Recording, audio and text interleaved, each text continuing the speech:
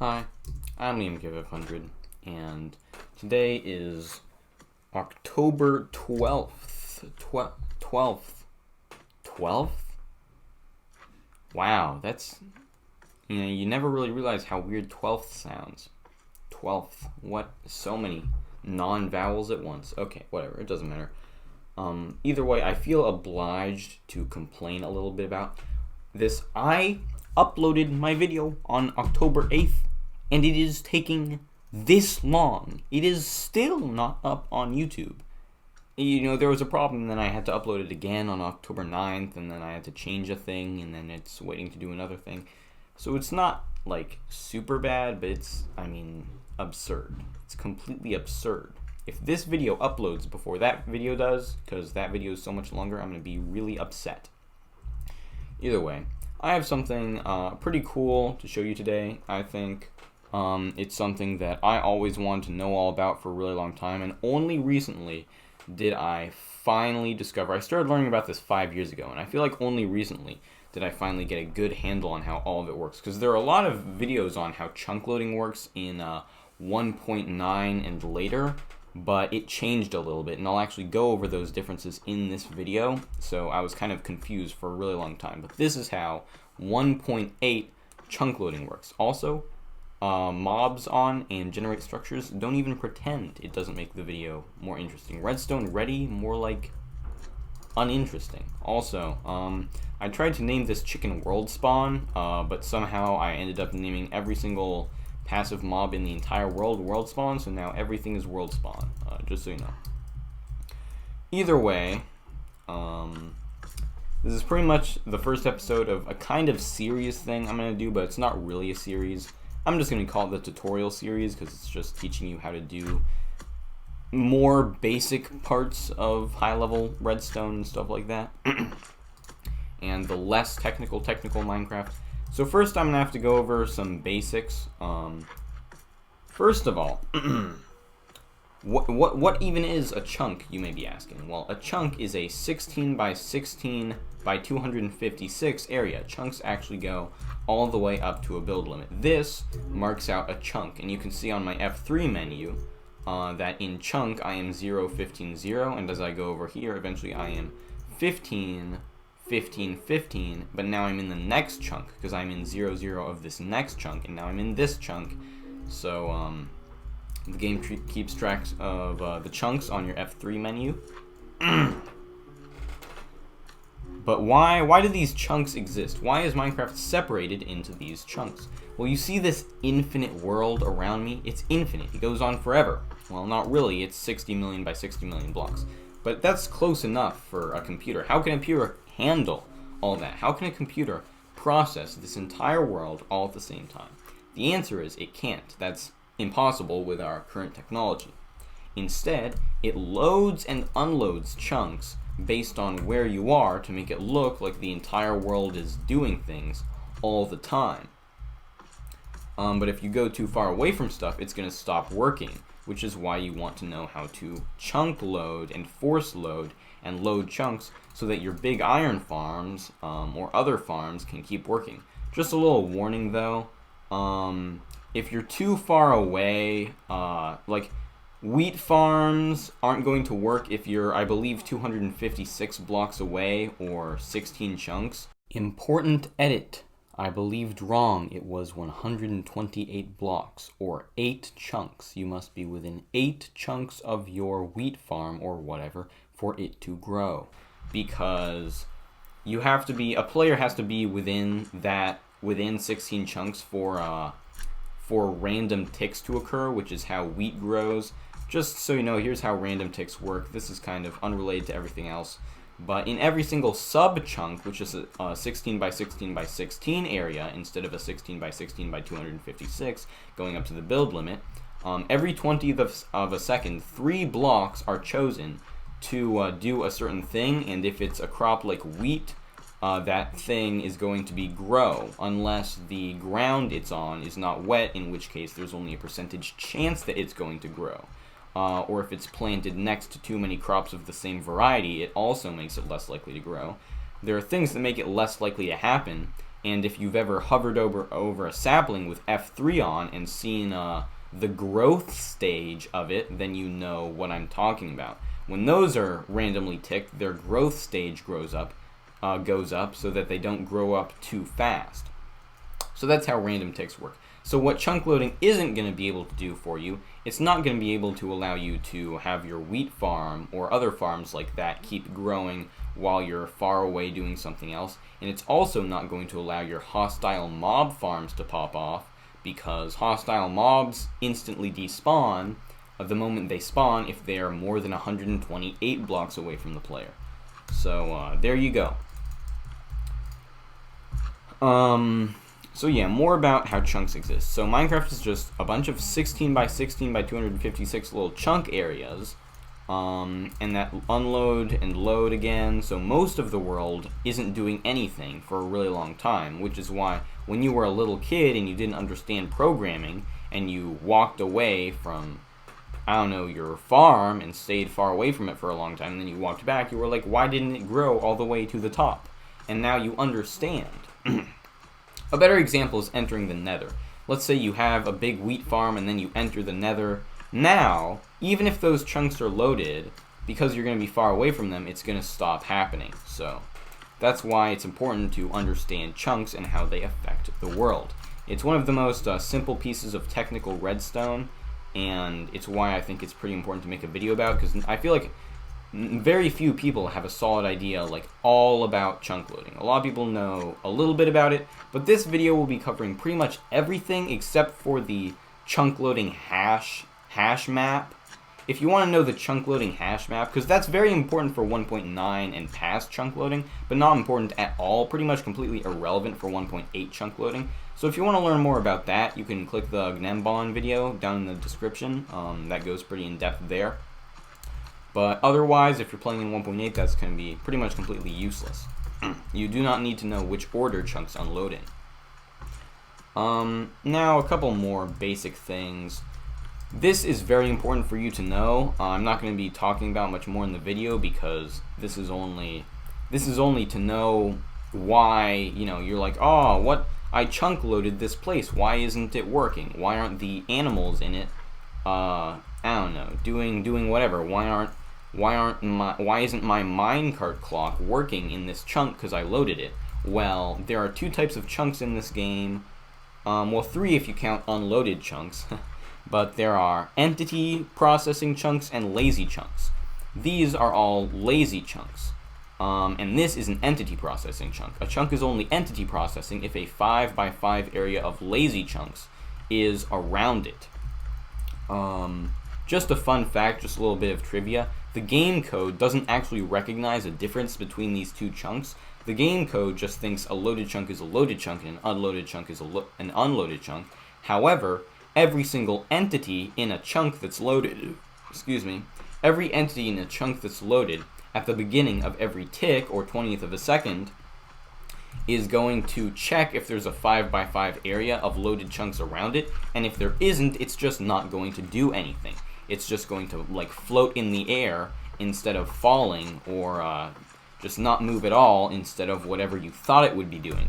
So if you have anything entity related that you want to force load, you're going to have to make sure every chunk you want to be entity processing has a 5 by 5 area around it. But luckily, if you want multiple entity processing chunks, you don't need, for example, you wouldn't need 100 chunks loaded if you wanted 4 entity processing chunks. You would only need 36 or a 6 by 6 area, because now each one of these chunks has a 5 by 5 area around it.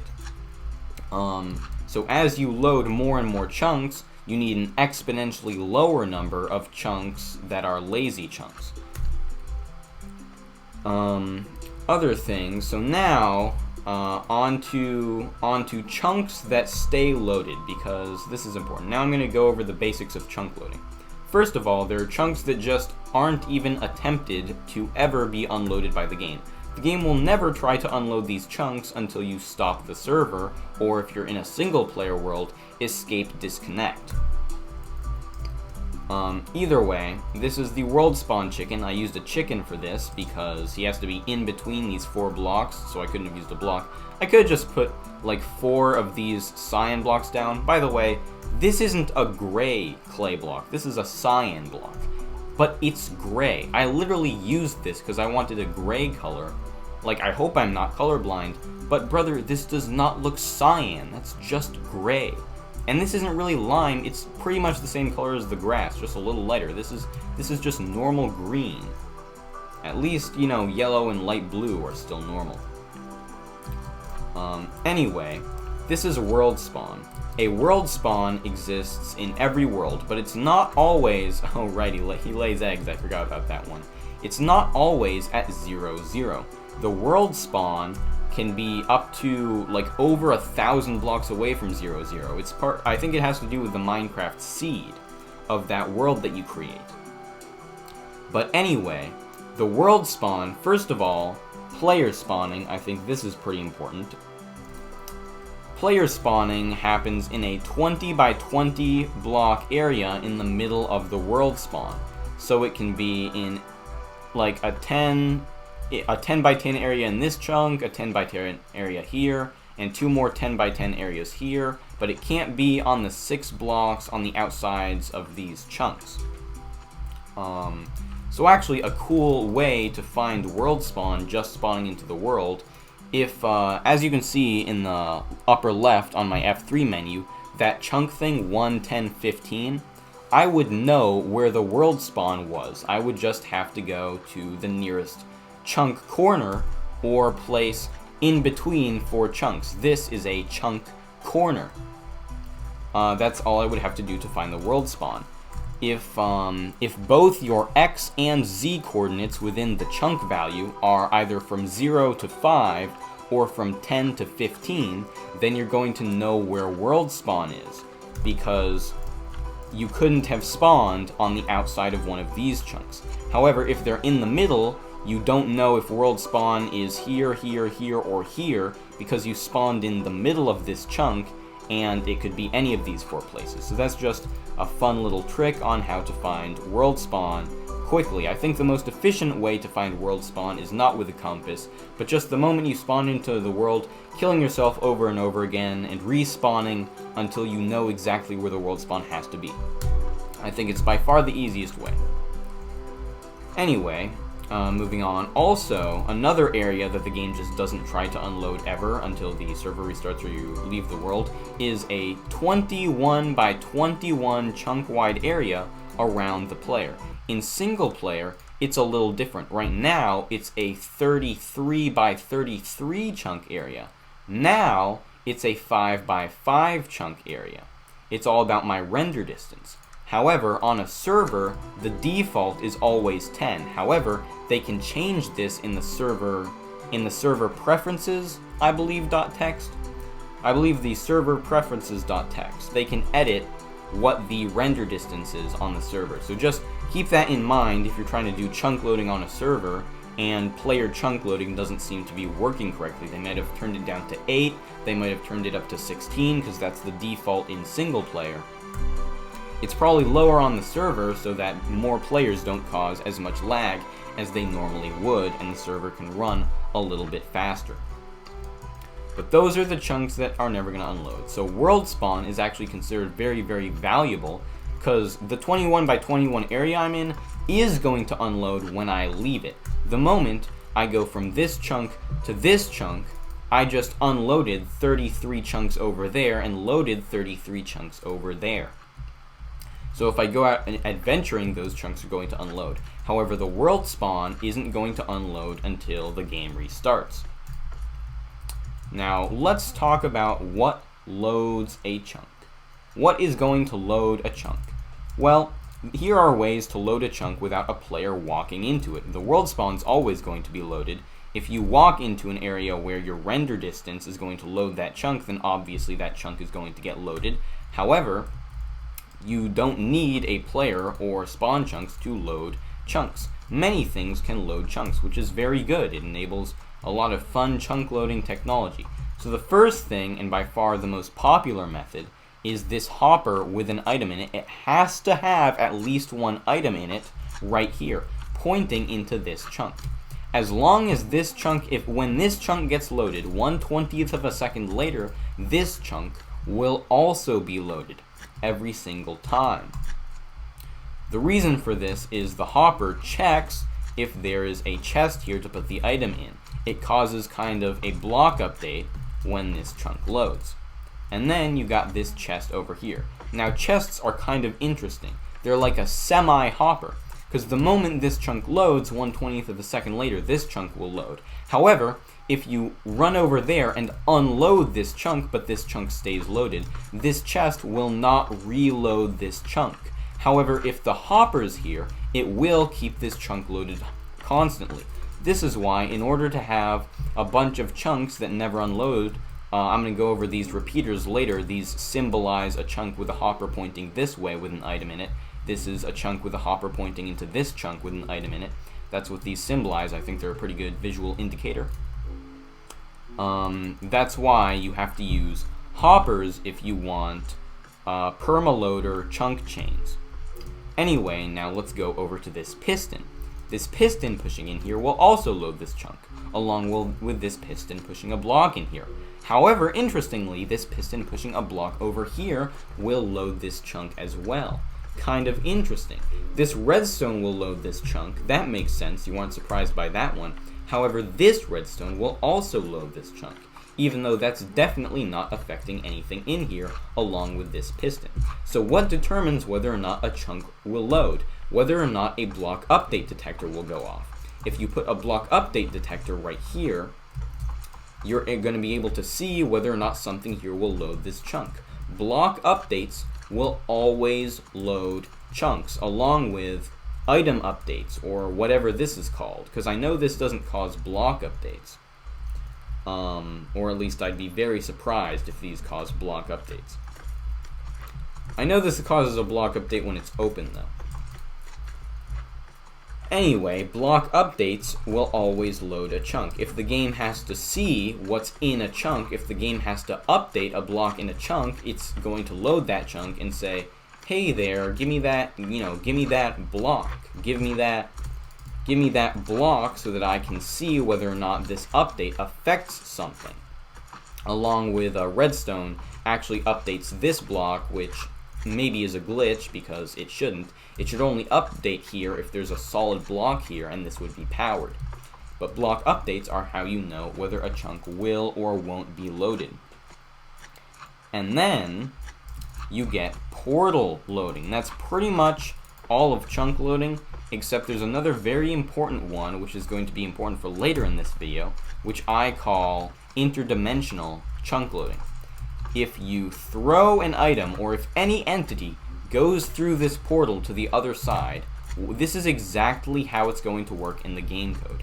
Wherever that portal block is that the item went into, if it's in the overworld going into the Nether, it's going to take both the X and Z axis of that portal block, divide them by 8, find where that X and Z would lead in the Nether, find that chunk, and then it will load a 17 by 17 chunk area based around that chunk in the Nether.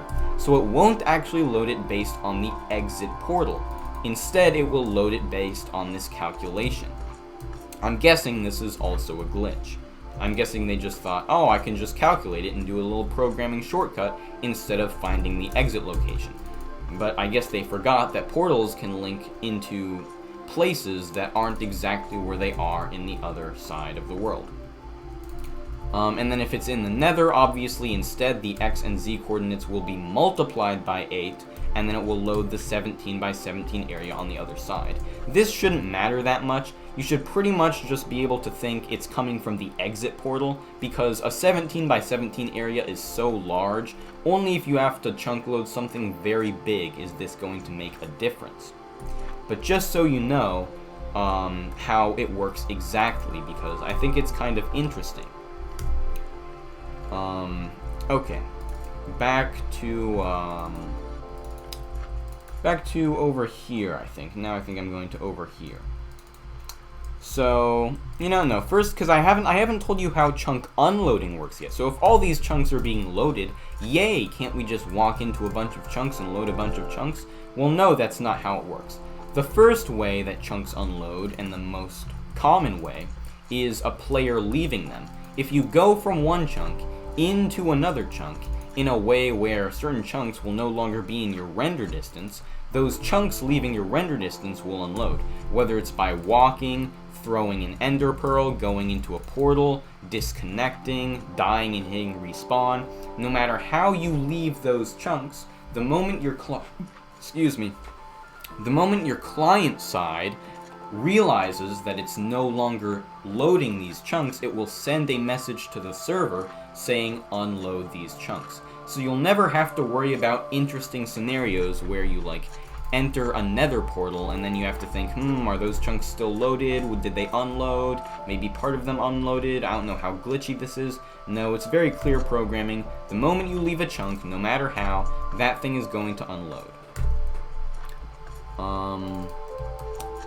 Anyway, the other method, and the method that I kind of wish didn't exist, because it really makes chunk loading quite a bit harder, but this is the world clock. Do I call this the world clock method? Yeah, this is how the world clock unloads things. So every 45 seconds, the game will call for a chunk unload cycle.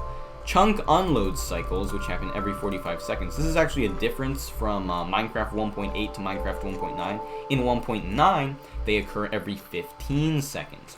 Also in 1.9, after the first 100 chunks are unloaded, if a block update happened in any of the other chunks, they actually will be taken off of the unload list and they will never be unloaded, which is a difference from 1.8, because in 1.8, it is impossible to stop a chunk from unloading if it is outside the range of a player or world spawn. Another thing you might want to know, there is no world spawn for the Nether or End. They will be completely unloaded at all times unless a player is in there or they are being portal loaded. Interdimensionally. So that's the other thing. You heard the number 100 chunks. Because Minecraft... Yeah, I honestly don't really know why they did this, but Minecraft, no matter what, refuses to unload more than 100 chunks in a 20th of a second. Every single game tick, Minecraft will only unload 100 chunks. No more, and, well, less if it doesn't have to unload more, but after it completes its chunk unload list and puts all those chunks on there, it's just going to start unloading them based on the hash map, which once again doesn't matter for Minecraft 1.8, and it's going to unload exactly 100 every time. It doesn't matter if the chunk unload cycle happens while a player leaves an area, or multiple players leave multiple areas. No matter what, in 1/20th of a second, it is impossible for more than 100 chunks to unload. This is kind of stupid and weird, but it's absolutely awesome for technical Minecrafters, because we can abuse this to no end. So this gets into perma-loading. It's finally time. What you've all been waiting for. What you've clicked on this video for, if you know some, bits and pieces of information about chunk loading already, and you just want to find out how to make that sick iron farm function at all times. Because those do operate no matter how far away they are from the player if those chunks process entities. This is a pretty basic permaloader. There are two types of permaloading actually. There is independent permaloading and there is dependent permaloading. Dependent permaloading is always better, and I'll tell you why a little bit later. Dependent permaloading leeches off of world spawn and goes over to here to load this area. By the way, this little tower of hoppers, it marks, repeaters, it marks a hopper pointing left, pointing right, and also pointing forward. So that will load this 5x5 area and give you a perma-loaded entity processing chunk right here. This entity processing chunk will reload every single time the 45-second unload cycle happens, no matter what, unless someone breaks one of the hoppers in the chain or takes the item out of it. But otherwise, this thing's just going to keep reloading every single time. And I also don't know the effect of locking one of these hoppers by powering it with redstone. I'm not sure if that makes it stop loading the chunk. It probably does, so I wouldn't try it if I were you. Either way, that is dependent permaloading. Independent permaloading over here is pretty interesting and pretty cool. If you have something very far away from world spawn and very big that you have to force load, so you'll need to use more than 100 hoppers anyway, if you have this hopper chain of force loaded chunks that's at least 101 chunks wide, 101 chunks total, what's going to happen is 100 of these will unload at once, and then one of the chunks, let's just say this one, is going to stay loaded. This chunk will then load this chunk and also be unloaded in the next 20th of a second. But then this chunk is safe, because it was never put on, well, it was put on the chunk unload list, but it already unloaded. So the game's not going to unload it again. Okay, get out of here. Get out of here, brother. Get the hell out of here, boy. Anyway, this chunk now, safe from being unloaded for another 45 seconds, is then going to load this chunk, and then a 20th of a second later, it's going to load this chunk. A 20th of a second later, it's going to load this chunk. And in an average of, I believe, 2.5 seconds. Let's see, 100, 5. Yeah, wait, no, in 5 seconds, it will have reloaded this entire area of chunks. And that's always going to happen. No matter what, this will never unload, because once again, only 100 chunks can unload at the same time. So it's just not going to be able to happen. Because if, you might be like, what about if a player leaves these two chunks, and then this chunk gets loaded, but then a 20th of a second later the unload cycle happens, so that unloads the rest of the chunks before this chunk can get loaded. That's not going to happen because this loading this takes priority. So it's going to unload all of these chunks, including this one, but this chunk will still get reloaded. Because of how the scheduling works. So this 101 chunk thing will literally be impossible to unload. Unless the server restarts. We'll get into that later. Anytime the server crashes or is restarted on purpose for an update or another purpose, all of your chunks are going to unload and it's going to be very sad. But before then, a nice little tip. Instead of having this chunk go into this chunk and then back here to put it to 101, it's actually better to do this and get a total of 102 chunks. Because now what's going to happen a lot of the time is everyone's going to unload, but let's say this one and this one. And then as you can see, they both share the reloading load, and instead it reloads in an average of 3.75 seconds. Sometimes these are going to be much closer together, like here and here, and that's why it's the average, a mathematical average of 3.75 seconds. Because these two chunks aren't always in the same place. Well, they are always in the same place, for a specific one of these because of how the hash map works. But, if you were to move this over here, they would now be in a different order. Once again, watch the Gnembon video if you're interested in that one. I'm not sure if it's pronounced Nembon. I have no idea. It's probably Nembon, but saying Gnembon is just way too much fun. And then if you want a 6x6 area of entity processing chunks loaded, you can actually do it like this. See, these are 100 permaloaded chunks, 102 permaloaded chunks, except in a different variation, which will cause more lag, which is why you normally want to do it like this, because the entities are going to be being processed. However, if you want to force load something in a way that makes entity processing chunks there, then this is actually what you're going to want to do. So you might think that's pretty much all of it. However, there's another secret third type of loading. What happens when the server does inevitably restart, when it does crash? It's so sad, but sadly, every single thing, including the world spawn, will unload. Rest in peace, Iron Titan Iron Farm. You were so good. Except now we have the Iron Phoenix, so I guess it doesn't really matter. If you don't know what those are, I'd Google them. They're very, very cool iron farms that use awesome exploits in how villages work. But then you want to go over here, and you have a third type, which I call player dependent.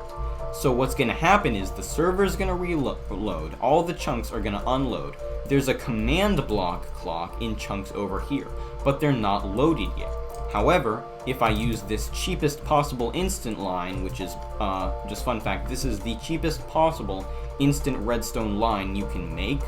Oh, just fun fact, it looks like it doesn't make sense, but there's not a redstone torch under here, but then every single other one of these blocks before one of these sticky pistons has a redstone torch underneath it attached to this block. What that does is so that, you know, all of these pistons are going to pull back immediately. That's how instant lines work. However, you know, this would push back, then this one, and you wouldn't be able to reuse the instant line for a long time if it goes like thousands of chunks away. In this case, it only goes 30 chunks, but you wouldn't be able to use it again for a while normally. So I put redstone torches that just make these all go off and then back on immediately. So you're able to reuse it pretty much instantly after you use it once. It's a very low price, only one redstone torch every 19 blocks. I think the vast majority of scenarios it's worth putting that in your instant line to truly make it like a real instant line. But either way, let's turn on the command block clock. It lagged a little bit because the instant line is just, you know, instant lines always lag the game a little bit. It's just so much going on at the same time. So let's fly over here and see what the deal is over here. So a player dependent permaloader is what you want in, let's say you built some cool iron farm. I don't know why I'm just using iron farm as an example. Very far away from the world spawn. Let's say you made one of those cool world border bases by taking one of those really fast horses on the top of the Nether for 3 real-life days. Oh boy, I went past it. I went past it. So here's the command block clock. Fun fact, you only need 2 redstone torches for one of these clocks. I don't know why everyone always builds them with 3. You only need 2. Oh, but sometimes when you start the clock, they'll both burn out because they'll be desynced from each other. If this happens, just break one and replace it, and then the clock is going to work. But after that, this clock just continues forever, no matter how much unloading or reloading you do. This is not like a repeater clock. This is not going to break via chunk loading glitches. This is a 102 chunk permaloader. This is what it looks like. It's just a bunch of hoppers with cobblestone in them. It's so jarring to right click on a hopper and have it instantly open after the 3D printer. It's just pretty funny. And that's just going to stay loaded for the rest of this video because I'm not exiting the world. But trust me, when you exit the world, that crap is going to stop happening. So this is a solid idea once again if you have one of those world border bases and you have an iron farm that's, I don't know, thousands of blocks away from you. I guess it's kind of a niche scenario. But then every time you log in, you just have to activate your instant line to make sure that the server didn't restart while you were gone, and your iron farm is just going to kind of keep on working pretty much forever. Not quite as good as spawn dependent permaloading, because spawn dependent it's going to work for a little bit longer because the moment the server restarts instead of the moment you reconnect, which could be hours after the server restarts, even if you play on it every day, it's going to be reloaded and up and running once again. So anyway, this is how you want to use these 3 types of loading. If it's anywhere close to the world spawn, you most likely want to use spawn dependent permaloading. However, if it's solidly far away, you might want to use independent permaloading. And if it's solidly far away and you want it to be running all the time and you're not going to be very close to it to run back to it if it unloads, then you can use player dependent permaloading and build an instant line to load one of those chunks, because once again block updates load chunks, and then you're free to, you know, have your iron farm run forever and everything's going to be perfect and great. But then, last but not least, there's another type of permaloading. This is kind of important. You've probably been thinking about this. You've probably been thinking, Liam, what if I want to permaload something in the Nether?